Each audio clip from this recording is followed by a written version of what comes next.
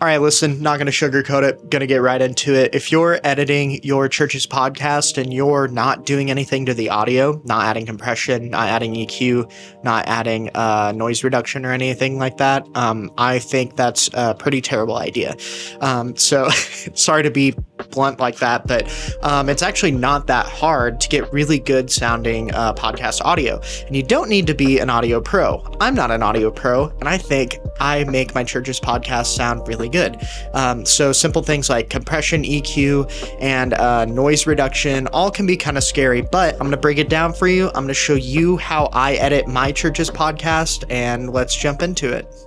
Here I'm starting blank slate. Let's just open up Logic.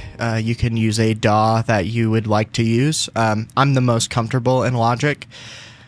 I already have a template made for my podcasting, but I'm going to actually just start with a brand new empty project, and then I would actually consider that once you're done with like making your first project, that you save that as a template so you can use it on the next one, especially if you have a podcast setup that is repeatable. Like we have a studio here at our church, so we can, like, nothing's really moving around, nothing's changing. It's like the same filming and recording environments week in and week out. So cool. I'm gonna choose a new empty project. I just unchecked the musical grid because we're working with not music like to a BPM, but we're working with audio from a podcast where there's no BPM, obviously. In here, I just like to choose mic or line as audio. You're not really going to use like MIDI or pattern or session players. You're just going to use audio. So it's going to create a track for you, but it's going to be, regardless, we're just going to create that in the audio section. And then what we're going to do is we're going to find our audio files from our podcast. So here, we actually record everything to an A10 Mini Pro. So we use the Zoom L8 audio recording interface. So what I do is I plug an SD card in the back of that, and then I record all my tracks onto that SD card, and then we record the video through the A10 Mini. That'll be another video if you're interested in seeing that. But what we do is we just put that SD card into my laptop after we're done recording, and then I transfer all the files right there onto the A10 Mini's SSD, where all of the ISO recordings go. So here we're just going to drag our tracks in one at a time, starting at the 1 position. Okay, we got 4 speakers, so 4 tracks. And then you can see it's just building those waveforms as we kind of go. So I can zoom out, and if you hit this button up here, this waveform zoom, it's not making your audio louder, it's just zooming visually the waveforms. So if you have little small peaks and you want to see those kind of like in a visually zoomed in way, you can do that. And then you can also click this, which will auto, depending on all your tracks, Logic will kind of just like make the decision for you and show you all of the tracks as they exist. Like, you don't have to scroll here, you click this, and then, cool, you see everything in your one view, which is actually really helpful. So, yeah, so cool. So I like to pop that on and then pop this on. And then let's just preview some of our audio. That the spirit of the prophet is subject to the... Oh, I have my metronome off. You want to turn those metronomes off, or else you're going to hear clicking to a BPM. It's really annoying. And he's trying to bring some clarity, and he's not trying to get rid of it. Oh, I got record enable and monitor input on there, so you just want to make sure those are turned off. He's just trying to bring some more. So you can see your because levels. there were people on there who were... So yeah, everything is looking like a good level. It's just I like to compress and EQ, and that's what we're going to be mainly going over in this video, is how I like to compress and EQ everything. So if I hit the keyboard X, the keyboard shortcut, my mixer window comes up at the bottom here, which is really helpful. So I'm going to go to my first track, and I'm going to solo that. We're saying, oh, this...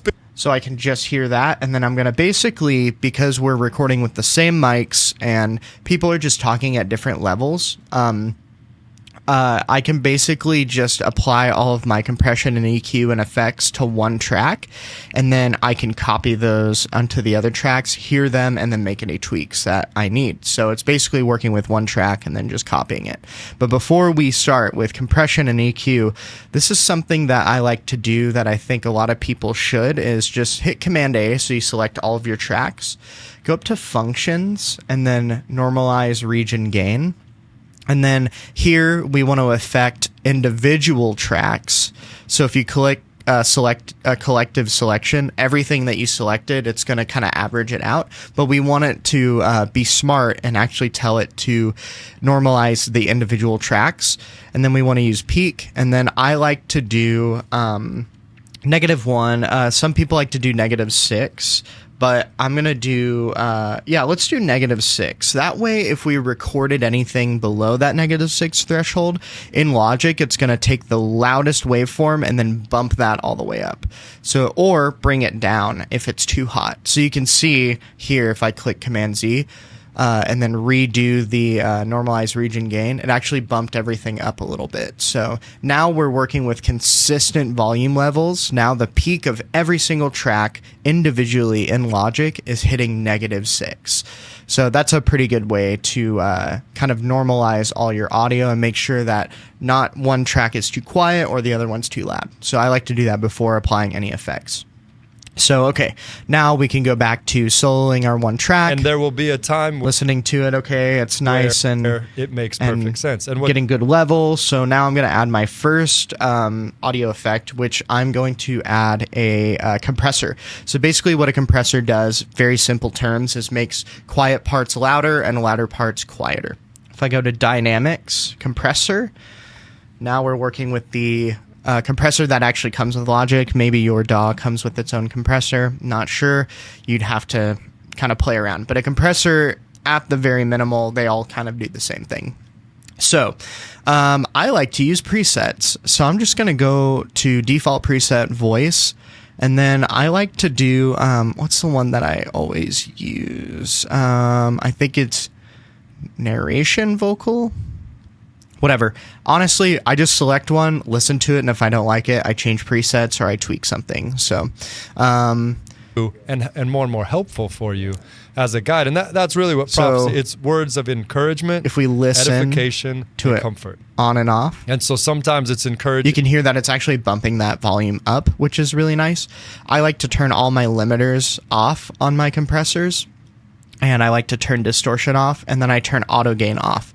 So that way we're just working with the volume. We're not adding any like saturation or like effect into it. You to change your attitude. So if we wanted the compressor to take more of an effect, or to actually we're not even compressing anything. If we were compressing something in this voice and this vocal, we would see this needle right here at 0 go back. So what we need to do is bring down our threshold.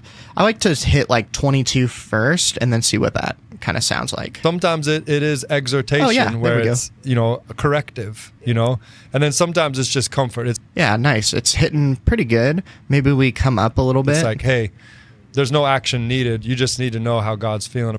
Yeah, maybe I like kind of that maybe -20 right now.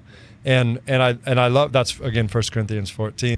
All right, and then I like a fast attack, so I'm going to turn this attack down and this release kind of up. But I thought you said that so perfectly. Just sit on it for a second. Cool. Yeah, that sounds good, I think. I mean, we're getting if a you're good feeling the Lord speak to you level. So the thing is, when you pull this threshold down, first rejoice. You actually get a quieter signal, so you have to bump your makeup gain, so you have to compensate for that. So let's put this back down to 0 dB, and then pull this back to like -20, and then just kind of sit on it and see. So what I'm going to do is I'm actually going to, we're not actually hitting that -6 area. So what I'm going to do is pull this up like 5 dB and see how that sounds. And share it. Definitely share it. Don't declare it. Okay. Yeah, we're getting some. We're getting closer to that -6. I'm going to bump it up to 10 dB. Maybe right at first, but share it with someone. And I think that's a good deal. And the other thing you mentioned, the tortured prophet. Okay. I'm going to pull down my attack a little more, my release. I'm going to pull that up. Again, I don't really know what any of this does. It's just kind of what I do. So if you're an audio pro, very sorry. Probably doing something wrong, but Sounds good to me. So we've actually okay. So this is really good. So he kind of raised his speaking level. So we're actually hit the red. we talked a lot about this. I actually think this is too hot, so we could pull our makeup gain down to like 7. Alec and I have over the years, as you look at the office. All right. So now we're listening to it. Of the prophet in the Bible. So you can hear it with it off. It is not a and with fun it on. thing. So we're just bringing that vocals up. It's kind of how you get that, like a lot of people like that radio voice, that NPR voice where everything sounds really close. I mean, the reason why is because small kind of waveforms are getting brought up, and those big waveforms are bringing down. So you're getting like that's like why people call it a squash vocal, because you're actually doing this with it. So you're bringing those small parts up and those large parts down. So those quiet parts up and those loud parts down, to use the better terms. So yeah, I like that. Let's roll with that. I don't know. I might change it. Who knows? Probably not. So now after compressing, I like to add some EQ. I'm just going to use the stock channel EQ.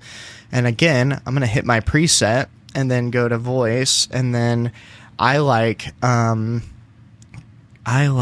natural vocal. Thing to be a biblical prophet, right? They all... You're not going to hear a lot. We're seeing crooked places in Israel. But what I like to do after this is just bring this high end up.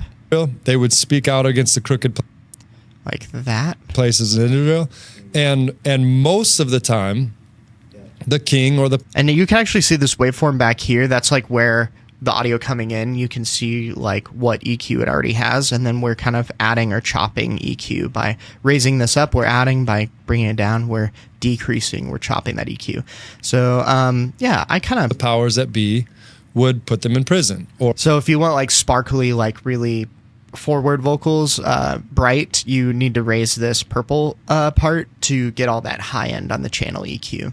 So, or shun them, or... And then if you want that deep kind of like radio kind of vibe, you want to bring this yellow one, this low end up here. You want to kind of bump that. And then we're just kind of decreasing these mids where a lot of those nasally things can get. Again, there's a billion different resources on how to EQ a vocal. I am not a audio pro. I know enough to be dangerous and enough to kind of get what I like to sound good. So, or starve them, or throw them in a well, or just straight up kill them.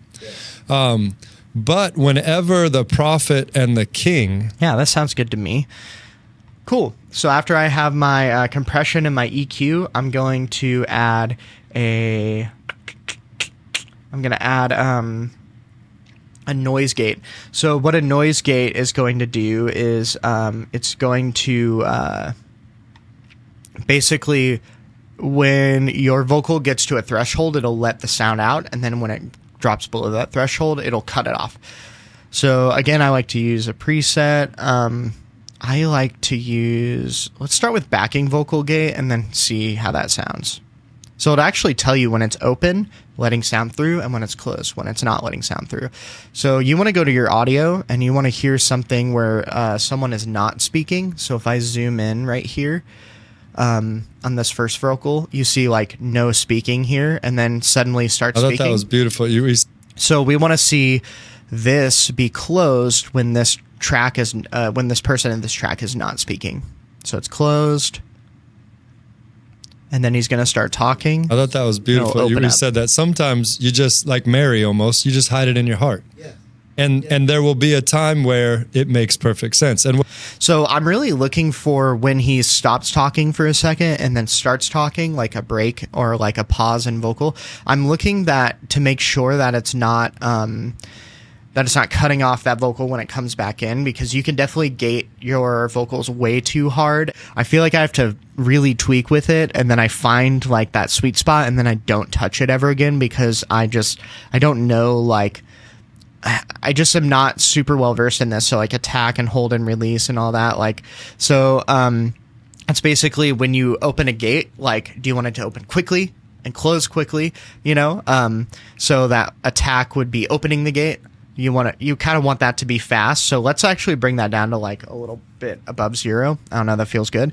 And then closing it, we want that to kind of be a little slower. So we let those kind of ums or those quiet parts when people kind of start talking in a sentence, they kind of trail off and come down. We want that to kind of be right there. And then on this hold, I like to just hit it right in the middle. I don't really know the science behind this. Hide it in your heart. It's closed. It should be closed here. Yeah. It opens. I thought that was beautiful. Okay, cool. I think that's good. Let's go to a different spot in the vocal just to double check it. Actually talked a lot about this. Alec and I have over. I think that's fine. Let's leave it. Okay, cool. So after the gate, I like to do another thing, which is just noise reduction. So this is, I've not found a good noise reduction plugin for Logic. So this is where I bought a plugin, and this plugin actually works really well. You can probably get away with not using it, but if you're in a really noisy environment, I love this plugin, Clarity VX. It often goes on sale through Waves for like $30. I think you should buy it if you do. This is like, I don't know what type of technology is behind this plugin, but I think it works really well. And I use it just to clean up. Honestly, it's saved my audio multiple times. So hopefully I don't become too reliant on it, but I really like it. So basically it's kind of like very limited. There's a pro version, which has way more knobs. I think if you're just trying to get noise, kind of reduced, I think just don't get the pro version, get the VX version. Amplification and comfort. So I like to kind of clock this in at like 40%, and then it'll tell you here what neural network it'll use. So I like to reset it, and then you can tell it better. So Broad 2 is better for severe ambience, main voices like a close mic, and then Broad Eco, it just saves on CPU. It uses less CPU. It actually tell you down here. And then Broad 1 is better for keeping voice detail and secondary speech. So I like to use Broad 1 for this podcasting thing because the noise isn't so much already, but I'm trying to eliminate a lot of that crosstalk. So like from mic to mic, people talking. I like to kind of eliminate that and kind of like reflections in the room because our room isn't perfect, so it's pretty well treated, but it's definitely not perfect. So, I like to hit it on Broad 1 and then I clock it at like a 40%. I don't know. Whole numbers seem to be nice for me. I don't know why. It's probably just my personality or something. I don't know. I just like whole numbers when it comes to like dialing and stuff. I know that's probably dumb. Again, if you're an audio pro, very sorry for my ignorance, but as a guide, and that's really what prophecy, it's words of encouragement, edification, and comfort. And so sometimes it's dude, I think that sounds good. We're hitting a really good level down here. Encouraging you to change your attitude towards. We're not redlining, and then we're actually going to apply some master bus stuff like a limiter and stuff like that. So even if we were redlining, or we obviously don't, redlining doesn't mean that you're immediately clipping. Like if it sounds like it's clipping, and you don't want clipping. But if you're hitting the red line, it doesn't necessarily mean you're clipping. So you just really have to mix, not with your eyes so much, but with your ears. So that's really how I like to treat a vocal like channel. So basically I like what I hear. So I'm going to click the setting button on my Logic, and then I'm down here in the mixer, and then I'm going to save this channel strip setting as, and then you can actually save it. So I can do podcast 2025. Like I could just name it that and then click save. Now what's cool is instead of like copying and pasting all the plugins here, and even like if I create a new, so if you make a new project in Logic, it'll actually save that setting so you can pull it back up. So I'm going to show you how to do that right now. So on my second channel, my track 2 channel, I'm going to go to somewhere where this person's talking. Okay, so right here, track 2 is talking a lot. I'm going to hit my solo. I'm going to turn off all this recording nonsense. Okay. I'm going to hit solo on that. Century, charismatic-ish circle. Ew, yucky. It's not treated, whatever.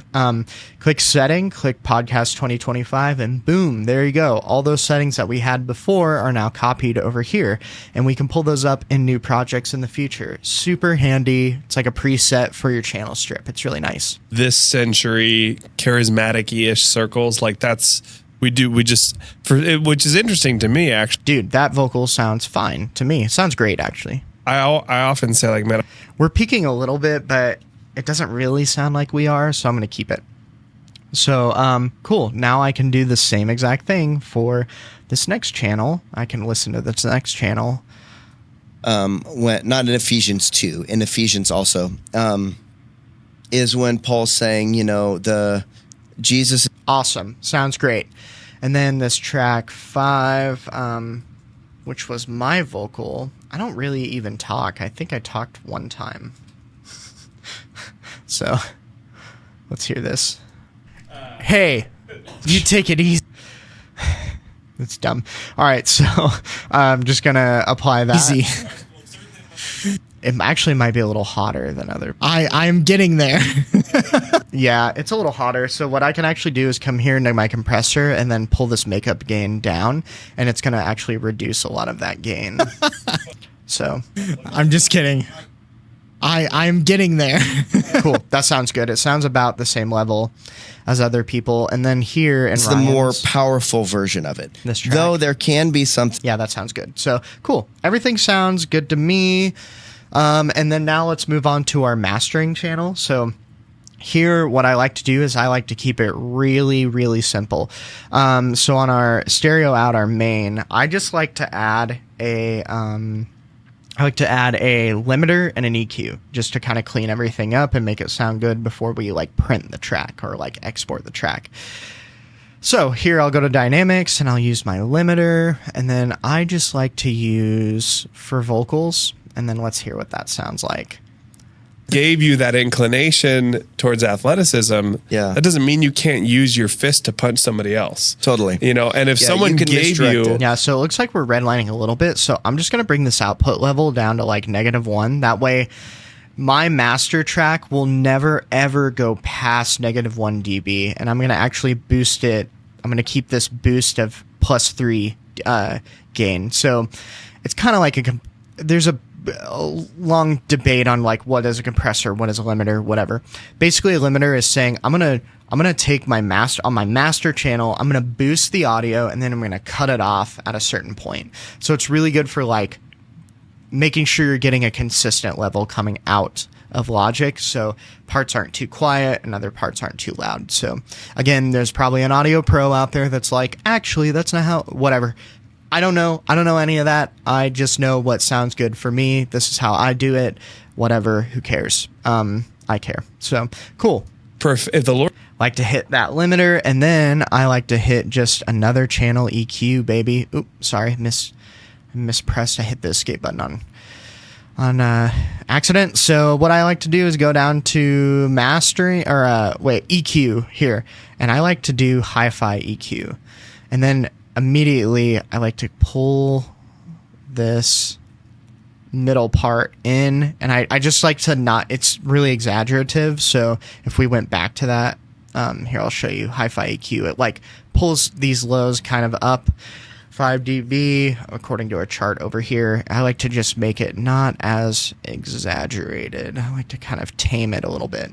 And then I always like a little high-end sparkle just to finish it off. because I think knowing you and what you were thinking and sounds really good to me. Cool. Awesome. I'm just going to go to like, before I print, or export, I like to, or bounce, whatever term you want to use. I like to just make sure I'm getting there. Loud parts aren't, peaking and clipping, and it doesn't sound terrible. So let's go here. Well, today, let's see why. What if why one evening I went kind of towards him and found out that Okay. Yeah. Yeah, I'm going to my peaking parts. It's really just this part right here. criticism. Yeah. Nobody in this room other than maybe David, I suppose. Myself, let me Dalton say was doing that. some high interval training. I'm getting there. Yeah. Okay, yeah. Sounds good. It's not like clipping or anything. Boom. That's how I like to edit podcast audio. And I don't like to try to overcomplicate it. It's really just a lot of fiddling with knobs until something sounds really good and really killing any crosstalk between mics and noise. So that's how I do that. All right, we are ready to bounce. So I'm going to come down here to my mixer. Again, X brings that in and out. So I'm going to hit bounce, this B and C button. I'm going to bounce it as an MP3. I'm going to leave everything the same. I'm going to include the audio tail. Yeah, everything looks good. Mode, yeah. Normalize, this is a big one. We want to hit this normalize. I just like to hit overload protection only. That basically is like another limiter. So if something clips like past a certain point, it'll actually bring it down when it exports. So this will be a 2 gig file. It was about an hour and a half of recording. That seems about right.